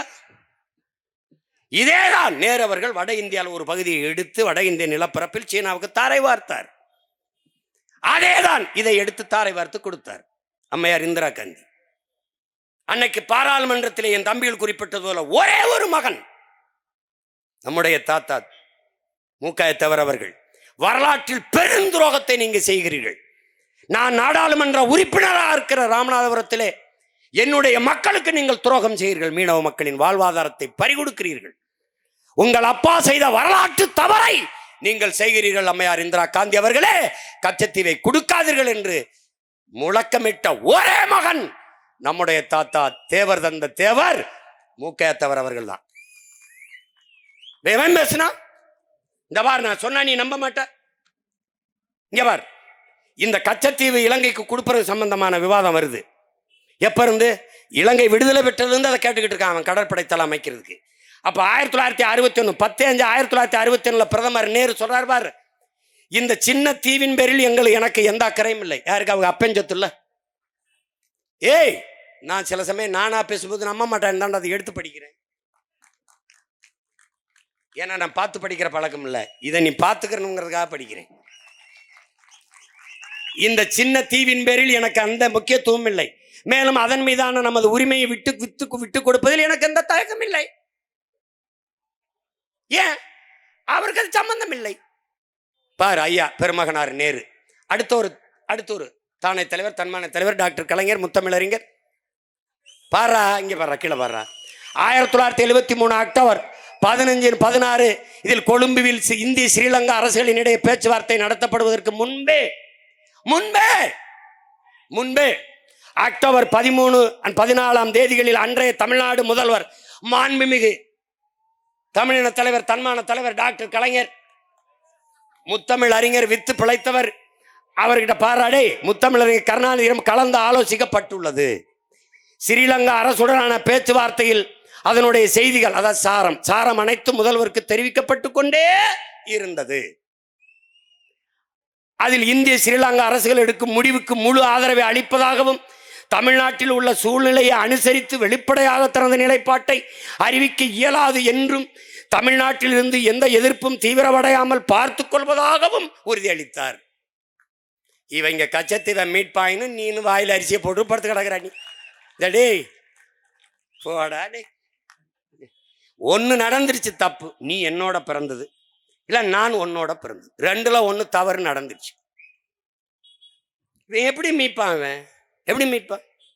நீ தான் 500-200 கொடுத்தா கூட போய் நிற்கிற, 500 கொடுத்தா உன் மதிப்பு மிக்க உரிமையை விற்கிற. அப்புறம் உனக்கு என்ன மதிப்பு இருக்கும்?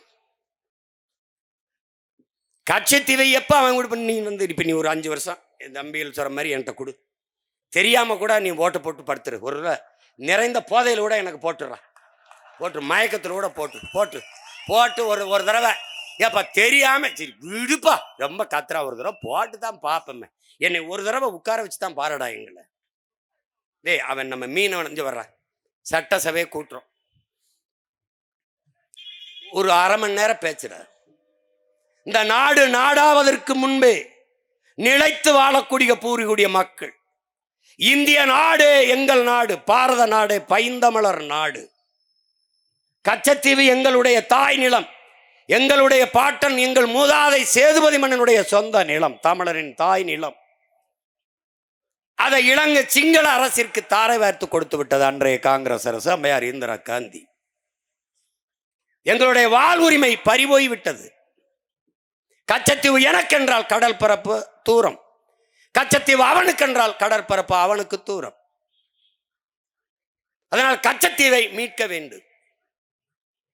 தொடர்ச்சியாக மீனவ சொந்தங்கள் படுகொலை செய்யப்படுவதும், படகுகள் பறிக்கப்படுவதும், வலையை கிழித்து சிறைப்படுத்தப்படுவதையும் பார்த்து கொண்டு சகித்து கொண்டு தன்மானமிக்க தமிழ் மக்கள் வாழ்வதில் அர்த்தம் இல்லை. என் அக்கா தங்கச்சி தாலி அறுப்பதை பார்க்க நாங்கள் இந்த பதவிக்கு வரவில்லை. தாலி அறுப்பவன் தலையை அறுப்பதுதான் மான தமிழ் மக்களின் மானமும் வீரமும் ஆரம். அதனால் இந்திய பேரரசிற்கு, இந்திய ஒன்றிய அரசிற்கு நாங்கள் ஒரு கோரிக்கையை வைக்கிறோம். கச்சத்தீவை திருப்பி எடு. முடியாது. இலங்கை உங்கள் நட்பு நாடு, சிங்களர்கள் உங்கள் நண்பர்கள் என்றால் நான் யார்? ஹூ ஐ ஆம்? நான் யாரு? ஹூ ஆமை? நான் யாரு? உனக்கு சொல்லு, நான் யாரு? இலங்கை சிங்கள நண்பன் என்றால் நான் யார்? என்னையை தாண்டி இலங்கை உனக்கு நட்பு நாடு, சிங்களன் உன் நண்பன் என்றால் அவனை வைத்துக்கொள், என்னை விட்டுவிடு. இந்த நாடு விடுதலை வருவதற்கு அடிமைப்பட்டு கிடக்கும் போது வீர போர் புரிந்து வாழும் வேலுமேந்தி தூக்களே தொங்கி செக்கிழுத்து சிறைப்பட்டு ரத்தம் செய்தி போராடி மாண்ட மறவர்களின் மக்கள் நாங்கள். விடுதலை பெற்ற பிறகு இந்த நாட்டின் சட்டத்திட்டம் இறையாண்மைக்கு கட்டுப்பட்டு வாக்கு செலுத்தி வரி செலுத்தி வாழக்கூடிய தமிழ் தேசிய மக்கள். எங்களின் வரலாற்று பகைவன் சிங்களன். அவன் வேண்டுமானால் நீ அவனை வைத்துக்கொள், நான் வேண்டுமானால் என்னை வைத்துக்கொள், அவனை விட்டுவிடு. அவன் வேண்டுமானால் அவனை வைத்துக்கொள், என்னை விட்டுவிடு. இதில் ரெண்டில் ஒன்று நீயே முடிவெடு.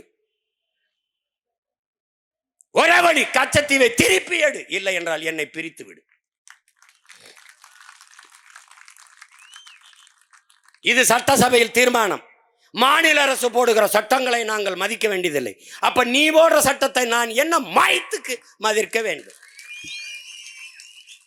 என் வரி வேணும், என் வரியை நாக்க போட்டு நக்கி நக்கி திம்ப இந்திய பெருநிலத்தின் இந்த நாட்டின் பொருளாதாரத்தை நிரப்புவதிலே மராட்டியன் முதல் இடத்திலே, மானத்தமிழன் இரண்டாவது இடத்திலே. வெக்கமா இல்ல? வெக்கமா இல்ல? என் வரியை எடுக்க எப்படி வர? எப்படி வர? உடனே இவர் சொல்வார்கள், அதை நான் மதிக்க முடியாது. பார்த்தீர்களா, இவர்களை விடக்கூடாது, தமிழ் தேசியர்கள் பிரிவினைவாதிகள், தனிநாடுகள் பாரு, அதுக்கு டேய் வாடா. என் தாய் நிலத்தில் ஒரு பகுதியை சிங்களனுக்கு நீ தாரை வார்த்தது தவறு, கொடுமை, பிரித்து அதை எடுத்து என் நிலப்பரப்போடு சேரு என்று சொல்கிற நாங்கள் பிரிவினைவாதிகள், கொடுத்ததுதான் என்று சொல்கிற நீ தேசியவாதியா? அடுத்த தீர்மானம், நீ என்ன செஞ்சு வருவ? அதிகாட்சி என்னடா செய்வ? ஆட்சியை கலைப்ப, மறுபடி தேர்தல் வைப்பில்லடா, அதுல நாங்க நிப்போம்லடா. இங்க மான தமிழச்சி மாறல பால் குடிச்சு மானமும் வீரமும் அறமும் உயிரென்று வாழ்ற மறவர் கூட்டம் கோடி கோடி. அன்னைக்கு ஒரு ஓட்டு நீ வாங்க முடியாது, மொத்தமா நாங்க தான். அன்னைக்கு 117 இடம் வென்று நாங்க ஜெயிச்சிருந்தோம்னு வச்சுக்க, இப்ப 234 நாங்க தான். நீ ஒரு தடவை விட்டு பாரு. அப்படி ஏன் அப்படி சண்டை போட நிமிந்து நிக்க வீரம் மறவன் இங்க ஒருத்தனும் இல்லை. எல்லாம் வந்து நாங்கள் வரி கொடுக்க முடியாது என்று சொல்ல எவ்வளவு நேரமாகும்? அந்த நேரம் எப்பயா? அந்த நேரம் எப்ப? இப்படி ஒரு கொடுமை. நீ வசமா சிக்கிக்கிட்ட தம்பி, சிக்கிக்கிட்ட. நீ இன்னும் பாருங்க, அடுத்த தடவையும் அவங்க தானா? டேய், என்ன பாடுபட்டாலும் இவங்களை ஒழிச்சு போடணும்டா. என்ன பாடுபட்டாலும் ஒழிச்சு போடணும். ஒரே வழிதாண்டா இருக்குது, நம்ம வெல்றதான். கேரளா மீனவனை அவன் தொட பயப்படுற மாதிரி நம்ம மீனவர்களை அவன் தொட பயப்படணும். என்ன பண்ணுவேன் சீமான்? நெய்தல் படை கட்டோன்னா இவர் என் தம்பியோட சொன்னார், அதிபரா இவர் எப்படி பண்ணுவார் அப்படின்னு. என்ன ஸ்டாலின் போலீஸுக்கு ஆள் எடுக்கிறாரு, அப்படி அதிபரா அவர் எப்படி எடுக்கிறாரு? எப்படி எடுக்கிறாரு? ஏன் நான் சொன்ன நீ சிரிச்ச. 2016 ஆட்சி எப்படி நடத்துவேன்னு புத்தகம் வெளியிட்டேன்னு சிரிச்ச.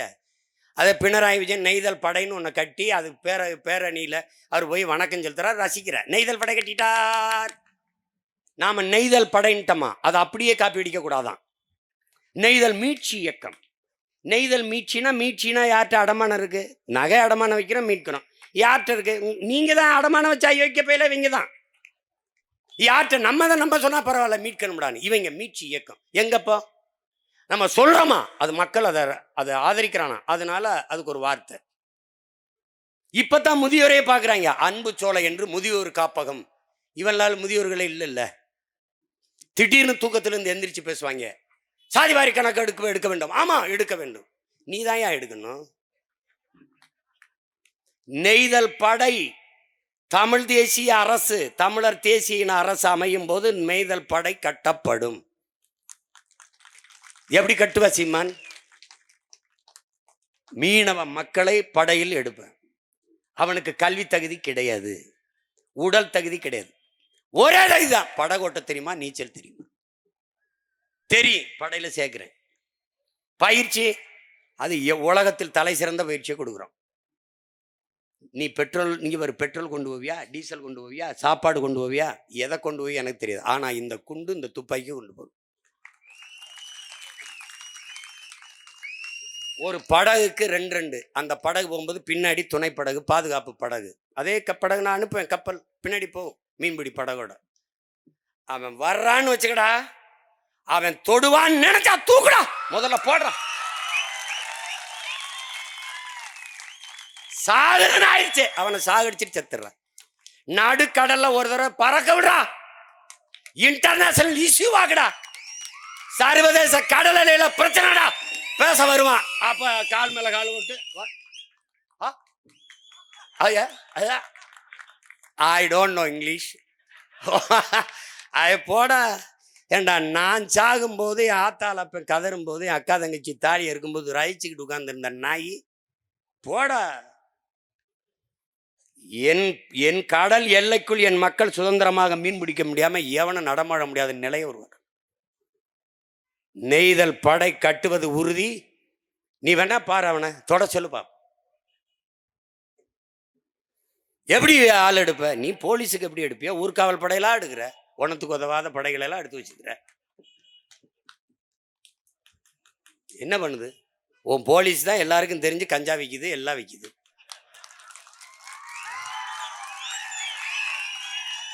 நீ சட்டம் ஒழுங்கு பெரிய காவலருங்கிற, நாளைக்கு எத்தனை பேர் சாவான்னு தெரியல.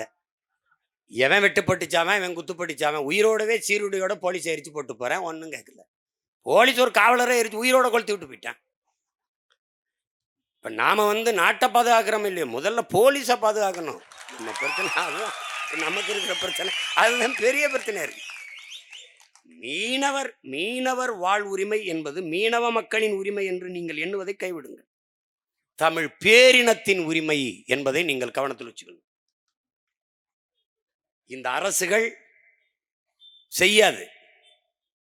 செய்வதென்றால் எப்போ செஞ்சிருக்கலாம். அவனுக்கு நம்ம உரிமையை பற்றியோ, உயிரை பற்றியோ, உணர்வை பற்றியோ, வாழ்க்கையை பற்றியோ அவனுக்கு கவலை கிடையாது. அவனுக்கு குறி நம்ம வாக்குதான். அப்ப நாம செய்ய வேண்டியது, இப்ப நம்ம எத்தனை கேள்வி எழுப்புறோம். குஜராத்தில் ஒரு மீனவனை பாகிஸ்தான் கடற்படை கைது பண்ணிச்சு. இங்க கூட என் தம்பி பேசினான், பகை நாடு உனக்கு பாகிஸ்தான், விளையாட்டுல கூட நீ ஒன்னா நிக்கிறது இல்லை. ஆனால் அந்த நாட்டு ராணுவம் உன் நாட்டு மீனவனை சுட்டுக் கொண்டது ஒன்றா இல்லை, கைது செஞ்சிருக்கு. ஒரே ஒரு முறை குஜராத் மீனவனை சுற்றுச்சு, தெரிய ஒரு தவறுதலா துட்டுச்சு. உடனே என்ன பண்றான், படையை பூரா கொண்டு நிறுத்தி எந்த நேரமும் போர் தொடுக்கலாம்ங்கிற பதட்டத்தை உருவாக்குற. ஒரு மீனவனுக்கு நான் 850 மீனவனுக்கு நீ எடுத்த நடவடிக்கை என்ன?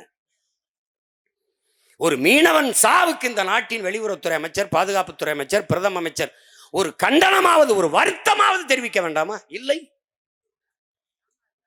குஜராத் மீனவனை கைது செய்து கொண்டு போகிற போது விரட்டி போய் இந்திய கடற்படை ராணுவம் தடுத்து மீட்டு கொண்டு வருகிறது. அதை வரவேற்கிறோம். அதை போல எங்க மீனவர்களை சிறைபிடிக்கும் போது ஏன் தடுத்து மீட்டு கொண்டு வரவில்லை? ஏன்? என் மீனவனை மொட்டையடிப்பது எனக்கான அவமானம் இல்லை, இந்த நாட்டை ஆளுகிற தலைவர்களுக்கான அவமானம், இந்திய பெருநாட்டிற்கான அவமானம். ஒரு சின்ன தீவு, ஒரு 4 மாவட்ட அளவு வைத்திருக்கிற ஒரு நாட்டுக்காரன் இவ்வளவு பெரிய நாட்டின் குடிமகனை மொட்டையடித்து இழிவுபடுத்துறான் என்றால் அது எனக்கான மொட்டை இல்லை, நாட்டை ஆளுகிற பிரதம அமைச்சர், ராணுவ அமைச்சர், உள்துறை அமைச்சர், இந்த நாட்டின் முதலமைச்சர், இவர்களுக்கான அவமானம் தானே ஒழிய எங்களுக்கு ஒன்றும் இல்லை. இந்த நாட்டின் மக்களின் நிர்வாணம் என்பது தேசத்தின் நிர்வாணம், நாட்டிற்கான அவமானம் ஒழிய எங்களுக்கு இல்லை. இவர்கள் அதை பற்றி கவலை கொள்ள மாட்டார்கள். அது அவர்களுக்கு அதை பற்றி அக்கறையும் இல்லை, அதை பற்றி தேவையும் இல்லை. தேர்தல் வரும்போது மீனவ மக்கள் அவர்கள் எங்க, என் தம்பி என் தங்கச்சி ஜெனிஃபர் சொன்ன மாதிரி ஒரு மீனவ பிரதிநிதி 40 பேர்ல ஒரு மீனவ பிரதிநிதி சொல்லு எங்கே? இதை மாற்றுவதற்கு, இந்த கொடிய காயத்தை ஆற்றுவதற்கு நமக்கு இருக்கிற ஒரே வாய்ப்பு தமிழ் பேரின மக்களின் ஓர்மை. சாதிய மத உணர்ச்சியை பின்னுக்கு தள்ளி நாங்கள் தமிழர்கள் என்கிற இன உணர்ச்சியை முன்னுக்கு நிறுத்தும் போதுதான் தமிழ் தேசிய இன உணர்வு பிறக்கும். அந்த இன உணர்வு பிறக்கிற போது தமிழ் தேசிய இன மக்களுக்கான அரசியல் வலிமை பிறந்துடும். இப்ப நாங்க மொத்தமா உட்கார்ந்து இருக்கிறதே எத்தனை பேருக்கு பதட்டமா இருக்கு. இப்ப இதிலே எல்லாரும் பேசும்போது நேரம் பத்தல, இன்னும் 40-50 பேர் வெளியில இருக்காங்க. அவங்கள ஒரு நாள் வச்சு விடிய விடிய மாநாடு போடுவோம்டா. ஒரு நாள் காலையில 10 மணிக்கு ஆரம்பிச்சு ராத்திரி 10 மணி வரைக்கும் பேசுவோம். தனித்தனி மாந்தர்கள், தனித்தனி தமிழர்கள் ஒரே நோக்கத்துக்காக பேசுகிறார்கள். பல்வேறு நிலப்பரப்புகளில் பிரிந்து பிளந்து வாழ்ந்தாலும் ஒரு தாய் பிள்ளைகளாக இணைந்து இன உணர்வுக்காக, இன மக்களின் நலனுக்காக நிற்கிறார்கள் என்பதை காட்டணும். இந்த ஓர்மை தொலைதூரத்தில் இருக்கிற தமிழ் தேசிய இன பிள்ளைகளுக்கு ஒரு பெரிய உற்சாகத்தையும் நம்பிக்கையும் கொடுக்கும்.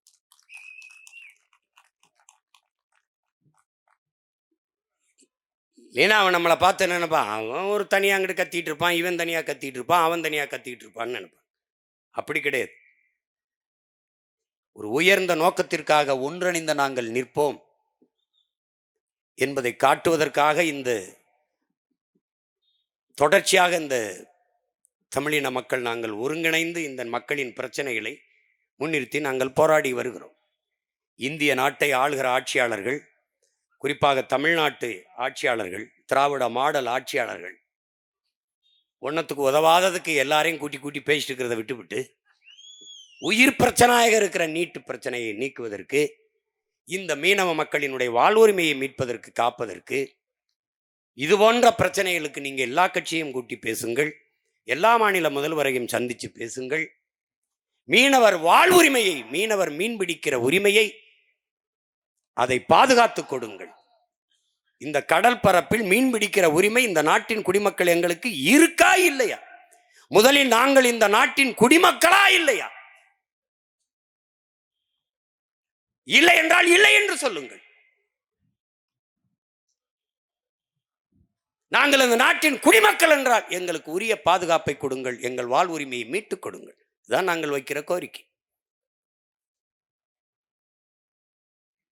நாங்கள் எது தேவையற்று போராடுகிறோம், பொழுதுபோக்குக்காக போராடுகிறோம் என்று சொல்லாதீர்கள். எங்கள் உயிர் தலைவன் எங்களுக்கு கற்பித்தது போல மற்ற இனங்களுக்கெல்லாம் வாழ்க்கையில் எப்போதாவது போராட்டங்கள் வரும். ஆனால் தமிழின மக்களுக்கு போராட்டமே வாழ்க்கையாக மாறி இருக்கிறது. போராடினாத்தான் வாழ முடியும் என்கிற நிலைக்கு தள்ளப்பட்டு இருக்கிறோம். ஒரு பிரச்சனை இல்லை, ரெண்டு பிரச்சனை இல்லை. சட்டசபையிலே மாண்புமிக்க தமிழக முதல்வர் ஐயா அவர்கள் 1,00,000 போராட்டங்களுக்கு நாங்கள் அனுமதி கொடுத்திருக்கிறோம் என்கிறார்கள். இதில் என்ன பெருமை? 1,00,000 பிரச்சனைகளை எம் மக்களுக்குள் திணித்திருக்கிறீர்கள், போராட்டங்களை கையெழுத்திருக்கிறீர்கள், அவர்களுக்கு திணித்திருக்கிறீர்கள் என்பதுதான் கொடுமை. இதுல பெருமை இல்லை உங்களுக்கு. போராடுகிற நிலைமைக்கு எம் மக்களை 3 ஆண்டுகளில் 1,00,000 போராட்டங்களை போராடுகிற நிலைமைக்கு தள்ளிவிட்டு இருக்கிறீர்கள். அப்ப பிரச்சனைகளிலே பிறந்து, பிரச்சனையிலே வளர்ந்து, பிரச்சனையிலே வாழ்ந்து, பிரச்சனையிலே மரணிக்கிறான் தமிழன். 9,00,000 கோடி கடனை பெற்று நீங்க நிறைவேற்றிய ஒரு நலத்திட்டம் சொல்ல முடியுமா? இல்லை. என் மீனவ மக்களின் படகை பறிக்காதே, அவனுடைய வாழ்வாதாரத்தை பறிக்காதே என்று ஒரு கடும் அறிக்கையை இந்த நாட்டின் அதிபர்கள் விட முடியலையே. அப்புறம் எனவே என் அன்பு தம்பி தங்கைகள், என் அருமை உடன் பிறந்தார்கள், நம்முடைய உணவை நாமே எடுத்து உண்பது போல, நம்முடைய மூச்சுக்காற்றை நாமே சுவாசிப்பது போல, நம்முடைய உரிமையை நாமே போராடி பெறுவது இந்த அதிகாரங்களை நம்பி பயனில்லை.